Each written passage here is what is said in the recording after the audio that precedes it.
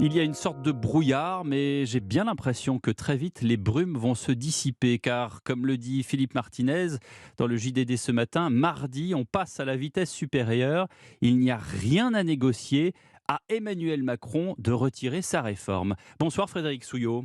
Bonsoir Pierre de Villeneuve. Merci d'être avec nous, vous êtes le secrétaire général de FO, Force ouvrière. La vitesse supérieure, pour reprendre les mots de votre camarade Martinez, ça veut dire quoi? Ça veut dire la France à l'arrêt dès mardi.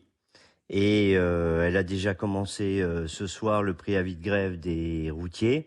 Et puis depuis 2 jours sur industrie électrique et gazière. Donc si on prend une carte de France, ça se situe où exactement? Ça se situe partout, Mhm. surtout en province, puisque cette réforme des retraites, elle est aussi ce projet de réforme, c'est aussi le catalyseur de pas de hausse de salaire, Mhm. l'inflation, les produits frais qui sont envolés, et puis le coût de l'énergie. Je voudrais qu'on informe, on va y revenir à la réforme des retraites sur le fond du texte et on a déjà eu l'occasion, vous et moi, d'en parler ici même, mais sur les blocages, est-ce que vous pouvez donner un peu plus de précision pour les Français qui vous écoutent, qui vont devoir s'organiser, qui vont devoir décaler des rendez-vous, faire garder les enfants, notamment s'ils veulent venir vous rejoindre pour cette mobilisation de mardi? Alors, 94% des actifs sont contre un recul de l'âge de départ ou un allongement de la durée de cotisation. Donc, il n'y aura pas de grève par procuration, Mhm. il y aura des grèves partout.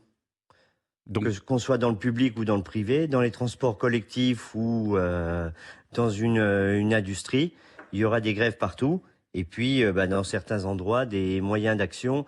Je reprends souvent l'exemple mhm. des Pyrénées-Orientales, où ils vont bloquer les péages et les ronds-points au Boulou. Donc, avec des véhicules, avec des palettes, avec on a entendu les routiers qui disaient: «On ne peut pas utiliser nos véhicules», ce sont des véhicules de société. Alors, il y aura tout un tas de choses. Et puis, on a C'est aussi un vague, hein, certain... tout un tas de choses, Frédéric Souillot. Oui, je sais bien, mais Vous pouvez pas tout vous... révéler, je sais bien, Bien, voilà. mais mais Mais mais mais mais mais j'aimerais il y bien aura av aussi un ouais. certain nombre de tracteurs qui viendront pour manifester, et puis peut-être qu'ils s'arrêteront et tomberont en panne sur des ronds-points. Comme par hasard, vous voulez dire? Ça peut arriver. Je vous parlais des Français, qui vous écoutent, Frédéric Souillot, vous autres, pas que vous, mais Philippe Martinez, tous ceux qui sont contre cette réforme et qui, parfois vous encouragent, mais voilà ce qu'ils pensent et comment ils appréhendent cette, journée de mardi. On écoute. C'est dommage de prendre en otage la France, quelque part. Moi, ça me fait un peu peur par rapport à l'économie. Je pense que ça va impacter, peut-être pas forcément de manière directe, mais de manière indirecte. Ça va trop loin parce que nous on n'y est pour rien. Je comprends les revendications des gens mais c'est pas pour ça qu'il faut faire payer les autres. C'est reconductible, on ne sait pas trop vers où ça va, comment est-ce que ça va se passer. Donc pour le travail, ça va être un petit peu chiant. Ouais. Bloquer le pays et mettre tout le monde dans l'embarras, ça pose des On problèmes. a déjà du mal à se relever de tout ce qui nous est arrivé dernièrement. Faut arrêter quand même. Mon inquiétude, c'est arriver au travail. J'ai plusieurs employeurs, ça veut dire que je dois faire tous les trajets à pied. Je suis médecin, je vais dans des établissements en banlieue, je m'y rends en transport en commun, j'espère que je pourrai le faire. Voilà, des Français interrogés par Simon Bourtambour. Vous leur répondez quoi, Frédéric Souillot? Ben, je leur réponds qu'ils nous rejoignent sur nos piquets de grève ou dans nos cortèges.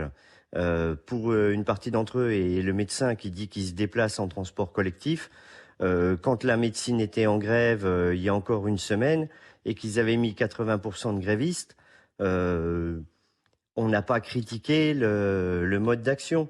Donc la grève, c'est la solution pacifique et constitutionnelle pour les travailleurs de faire valoir leurs revendications. Pour les Et ra pour nous, c'est Ouais. pas de recul de l'âge de départ, pas d'allongement de la durée de cotisation. Est-ce que c'est le moment d'aller faire le plein de sa voiture? Il y a déjà tout un tas de monde qui fait le plein de sa voiture, oui, puisque les fédérations intersyndicales des raffineries ont dit qu'ils reconduiraient le mouvement. Mais c'est les grévistes qui décideront tous les soirs de reconduire ou pas le mouvement. Effectivement, avec la décision de l'intersyndicale. 70% des Français sont défavorables à cette réforme des retraites. À votre avis, combien sont-ils pour bloquer le pays, pour mettre à genoux l'économie de la France? C'est ce qu'a dit notamment un de vos camarades de la CGT. Qu'est-ce que vous en pensez? Alors je reprends pas le même terme, hein, Mmh. mettre à genoux l'économie de la France, c'est Vous pensez quoi de faire cette gré déclaration? ouais, j'en pense rien, chacun est Ah bah libre de si. ses propos. Si, vous êtes le patron Mettre de FO, vous devez en penser quelque chose, je suis désolé. Oui, oui, mais mettre la France à l'arrêt, c'est pour que le gouvernement retire sa réforme. Il y a rien à négocier sur cette réforme. À partir du moment où il y a recul de l'âge de départ et allongement de la durée de cotisation, il y a rien à négocier sur cette réforme. Rien à négocier, c'est ce que disait également Philippe Martinez dans le JDD ce matin. Hier, Marine Tondelier des Verts me disait ici même dans ce studio, les patrons doivent téléphoner à Emmanuel Macron pour qu'il retire sa réforme. Dans les faits, vous pensez que ça se passe comme ça, vraiment? Ben oui, j'en ai rencontré plusieurs où nous sommes la première organisation syndicale et ils me disaient: «Mais nous, on n'était pas pour une réforme des retraites, enfin en tout cas, pas en ce moment et pas comme cela». Mhm. Et ben je leur dis: «Bah, si vous avez l'oreille du président de la République, dites-lui qu'il retire son projet avec un recul de l'âge de départ et un allongement de la durée de cotisation». Mais est-ce qu'ils ont l'oreille du président? Est-ce que ça se passe vraiment comme ça dans les faits? Un patron qui prend son téléphone, qui appelle l'Élysée et qui dit: écoute Emmanuel, ça va bien, maintenant il faut que tu retires ta réforme. Il y en a un certain nombre qui ont l'oreille du président, donc qu'ils le fassent. Merci beaucoup Frédéric Souillot d'avoir partagé quelques informations avec nous sur Europe 1. On a bien noté les tracteurs qui pourraient tout d'un coup tomber en panne comme ça, ici et là, sur un rond-point. Merci à vous.